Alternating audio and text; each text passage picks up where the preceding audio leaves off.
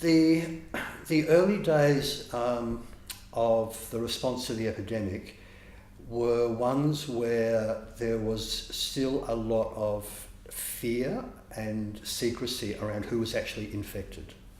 There were very few people that were disclosing that they were infected. I did, and that was because I had very little to lose. I was at university, and so I didn't run the risk of losing my job or fall out with family and friends, etc., etc.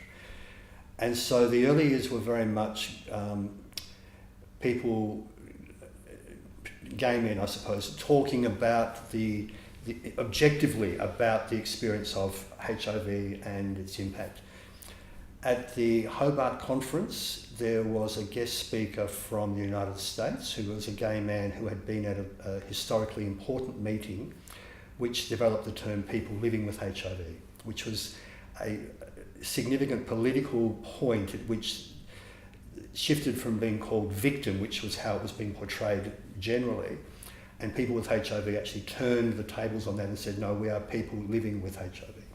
He spoke at the conference, and at the final plenary session, there had been one of the main addresses was by Wilson Tuckey, who was a redneck Liberal politician, where he said everything that the redneck population was saying. It was just inflammatory. Dennis Altman got up and gave an off-the-cuff response for 20 minutes where he just superbly and finely destroyed every argument that Wilson Tuckey had been making. And I forget the sequence there, but then at the closing ceremony, someone called on people with HIV and those living with people with HIV to come up.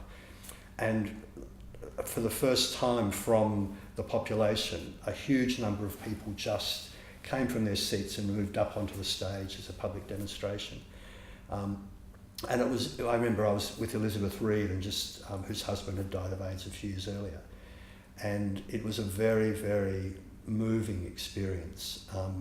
It was one of those things you literally just saw this swell happen from the audience up onto the stage.